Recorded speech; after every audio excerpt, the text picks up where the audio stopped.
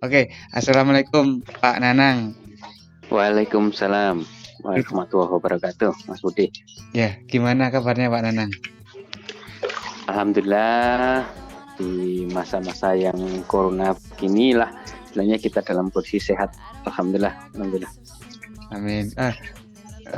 Ini dalam kesempatan pagi ini saya berniat untuk pengen tahu uh, kegiatan Pak Nanang sehari-hari. Pak Nanang kan seorang tunanetra, itu apa sih kegiatan sehari-hari Pak Nanang? Saya sebagai pribadi bekerja di Masas, kemudian kegiatan boleh dikatakan sosial itu atau di bidang pendidikan itu memberi pembelajaran Masase di teman-teman tunanetra di Surabaya dan Jawa Timur di sekitarnya ya, di sekitar Surabaya, masih area Jawa Timur sih. Kalau boleh saya tahu itu di yayasan atau di rumah pribadi Pak Nanang ya untuk pembelajaran Masas itu ya? Kalau pembelajaran itu di yayasan ya sebetulnya. Itu namanya Yayasan Bakti Insan Tunanetra Surabaya yang mempunyai filosofi bakti dari teman-teman insan tunanetra di Surabaya untuk memberikan pencerahan terhadap kami teman-teman tunanetra di Surabaya waktu itu ya. Oh, untuk belajar di Bina Tuntas itu teman-teman butuh berapa waktu lama ya Pak Nanang? Kita secara kurikulum kalau dulu itu 2 tahun, tapi karena perkembangan dengan masa dan perkembangan metodologi penyembuhan, itu kita sekarang ini ditunaikan kurang lebih satu sesi pembelajaran level dasar dan level lanjut itu masing-masing 1,5 tahun. Kira-kira plus libur itu kurang lebih 70 kali pertemuan, 70 minggu.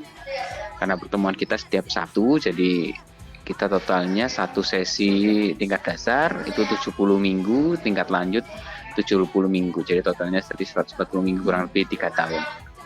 Oh, terus gini, untuk bisa terangkan nggak untuk sesi dasar tuh teman-teman tunanetra yang didapatkan seperti apa Pak Nanang, Masas apa gitu? Materinya untuk level dasar itu di sport Masase.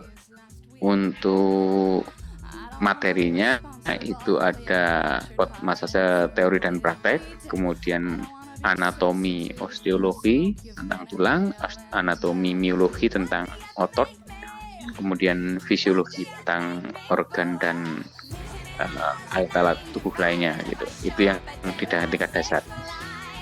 Sedangkan untuk di level lanjut, kalau teman-teman dianggap menguasai ini, nanti di level lanjut itu kita masuk ke materi terapis gitu ya. Materi terapis itu ada materi dasarnya, ada anatomi neurologi tentang persarafan, anatomi artrologi tentang persendian, kemudian teknik terapi. Nah, teknik terapi ini berkenaan dengan hal-hal mobilitas yang gangguan secara fisikly ya, secara sport gitu, misalkan gangguan pada pergelangan kaki, lutut, pinggang, kemudian punggung, terus bahu, siku, telapak tangan, leher. Tapi kalau secara bahasa kekinian, bahasa fisiologis itu ada yang misalkan luxatio manus, luxatio jugiti, frozen shoulder, kemudian ada juga arthritis gonitis dan plantar fasciitis. Itu yang sering diberikan ya. Itu Mas. Ini menarik sekali Pak Nanang ya. Untuk tadi kan dikatakan seminggu sekali ya di hari Sabtu. Itu kan pastinya harus ada teori sama praktek. Itu dalam satu hari Sabtu tuh prakteknya dulu atau langsung teori langsung ke praktek Pak Nanang?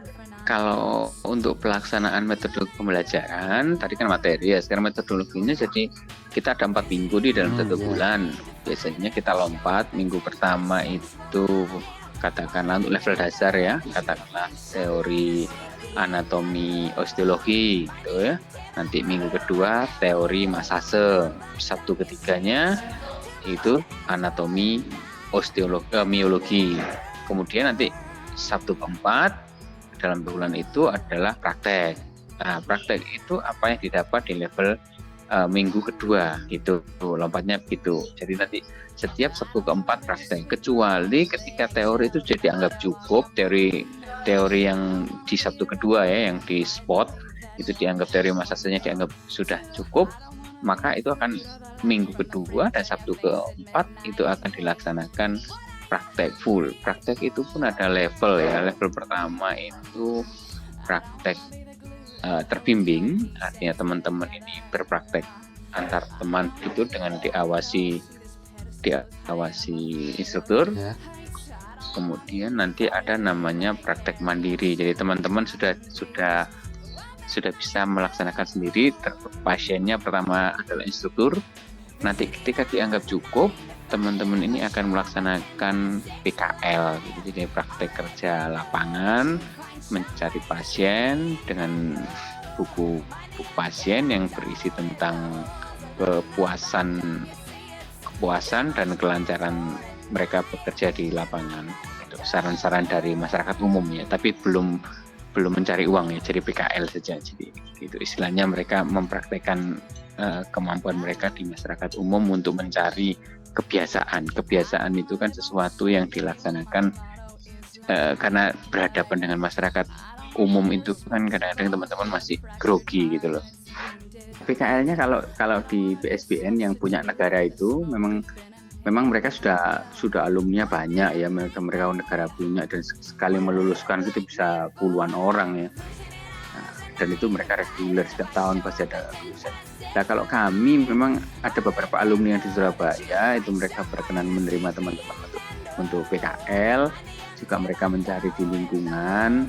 Nah, tujuan di lingkungan itu mereka supaya betul-betul mandiri ya. Kalau mereka di tempat praktek itu mereka belajar tata cara mengelola pantinya ya. Jadi nantinya kalau mereka ketemu orang itu mereka belajar bersosialisasi, karena ketemu satu orang menawarkan jasanya sendiri, itu kan belajar untuk memberikan nilai terhadap dirinya ya, mengenalkan dirinya, mempromosikan dirinya. Tapi kalau panti itu kan tempatnya sudah orang kenal, jadi mereka datang itu untuk belajar di manajemen ya, pengelolaannya, bagaimana nanti bersihnya, bagaimana nanti persiapan sebelum pelaksanaan, bagaimana setelahnya. Lah itu belajarnya sih. Sebenarnya ada dua, masing-masing punya kelebihan masing-masing ya. Jadi ada dua.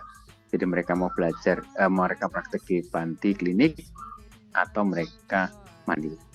Harapan pencapaiannya itu masing-masingnya. Oh, jadi ada dua pilihan ya. Kalau mandiri itu kita di rumah. Oh, dua-duanya dilaksanakan.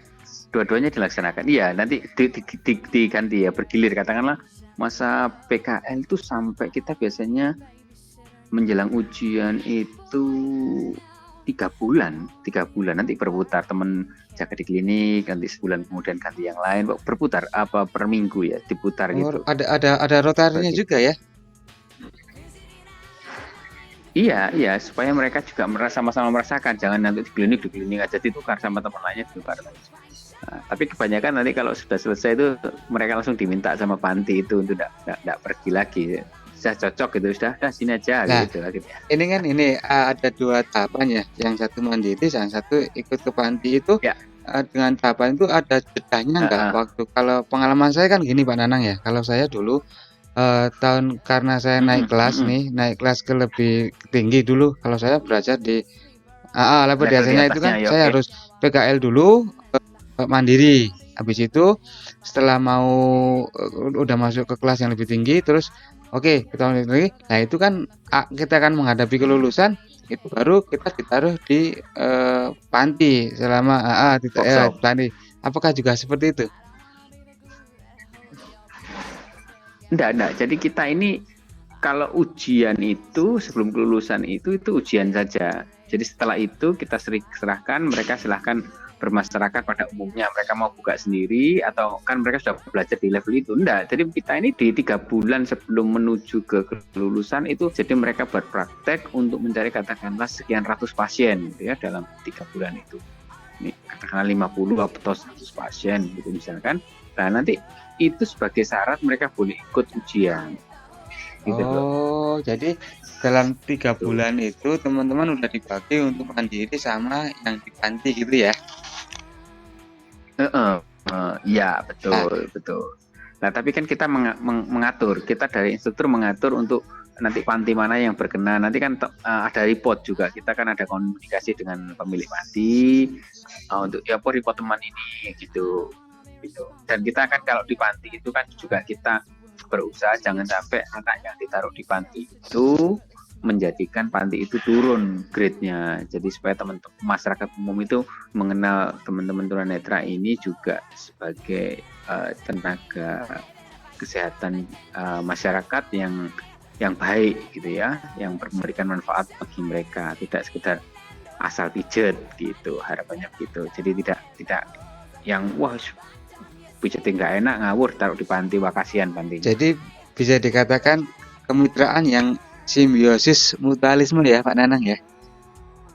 Ya, jadi mereka kan katakanlah nanti bagi hasilnya tidak sebesar kalau yang mereka betul-betul sudah bekerja ya. Satu, yang kedua nanti ketika ternyata dia punya customer banyak, komunikasinya bagus nanti gitu. Akhirnya mereka diambil. Udah kamu di tempat saya aja nanti itu sudah komunikasi. Oh silakan, itu kita sudah tidak ada apa ya, tidak punya kewenangan. Silakan mereka mau pakai, kalau sama-sama mau ya silakan. Artinya kan mereka juga mempromosikan, malah ada satu tempat di Sidoarjo ya kalau nggak salah, itu akhirnya gini, mereka mau minta anak-anak yang bekerja di tempat dia itu hanya lulusan yang dari Surabaya, karena mereka punya pandangan wah ini teman-temannya kok cocok pasiennya gitu loh. Akhirnya perlahan-lahan ini tahun keberapa ya, tahun ketiga kalau nggak salah, tahun ketiga ini 3 tahun ini sudah mereka hampir semuanya diganti sama teman-teman yang alumni dari sini begitu. Asalnya nyoba-nyoba akhirnya keterusan sampai sekarang. Akhirnya karyawannya yang lama-lama itu yang mereka dianggap sudah tidak sesuai dengan kekinian diganti sama teman-teman yang dari sini. Jadi bisa dikatakan pelan teman-teman gitu ya, biar nggak bosan juga, karena sekarang ini teknik pijat itu kan selalu ada perkembangan ya, kalau nggak salah ya, tiap tahun Pak Nanang ya. Ya betul. Jadi karena memang dinamis ya, kita tidak bisa ngomong sekarang kita paling baik, tidak bisa, karena berkembang terus, sangat berkembang, sangat dinamis, dan kita tetap harus belajar ya. Saya rasa banyak teman-teman praktisi masase, instruktur masase di PSBN itu berkembang terus, mereka masih belajar, sangat dinamis, dan kita tidak bisa ngomong wah saya paling bagus, tidak bisa. Untuk dasar kelanjutannya gimana Pak Nanang? Karena mereka udah pada PKL terus ditarik ke kemitraan panti pijat itu, untuk teman-teman yang ingin melanjutkan ke jenjang selanjutnya, apakah dari yayasan itu ya udah karena ini programnya ada lanjutan, atau memang ya udah deh di panti aja, gimana sih Pak Nanang? Sebetulnya gini, kita harapannya semua teman-teman itu melalui 2 level ini, harapannya begitu gitu ya. Tapi kadang-kadang kan teman-teman kalau sudah keenakan kerja kadang lupa sampai belajar. Tapi kita sudah tekankan, karena kita ingin kan juga komunikasi dengan pemilik panti. Mbok ya dikasih izin, wong sekolah hanya setengah hari, kan setiap 1 pekan sekali, setiap Sabtu, itu pun hanya sekitar ya boleh dikatakan transportasinya boleh dikatakan 6 jam. Mosok nggak dikasih izin ya gitu. Ini kan juga untuk kemajuan mereka, dan manfaatnya juga rewardnya diperoleh oleh pantimu kan gitu. Jadi mereka malah disuruh belajar sama pemiliknya, wis khusus gitu. Tinggal lanjut ya. Karena tinggal lanjut ini betul-betul nanti ketemu dengan kasus gitu loh. Belajar kasus itu kan kita harus menggabungkan semua keilmuannya yang punya ya. Baik keilmuan secara anatomis, macam-macam digabungkan, secara saraf, secara otot, secara sendi. Nah itu pun digabungkan semua keilmuannya supaya betul-betul komprehensif gitu ya, ramuannya itu jos gitu. Nah istilahnya gitu. Jadi ini campur lah, itu yang membuat berkembang sebenarnya kan di situ. Jadi lah skill meramu itu, skill meracik itu yang sebetulnya yang sangat penting untuk teman-teman siswa ya. Jadi, karena setiap orang itu ilmunya sama, tapi cara meraciknya yang beda itu juga beda rasanya gitu. Dengan sampean bikin begini, Mas Budi bikin begini, jadi ada banyak hal yang bisa orang lain ambil, meskipun bagi Mas Budi alah nggak perlu, tapi orang lain bisa jadi waduh iya ya ternyata ada sekolah, ada ini untuk orang tunanetra, banyak sisi lah, banyak Iya. sisi.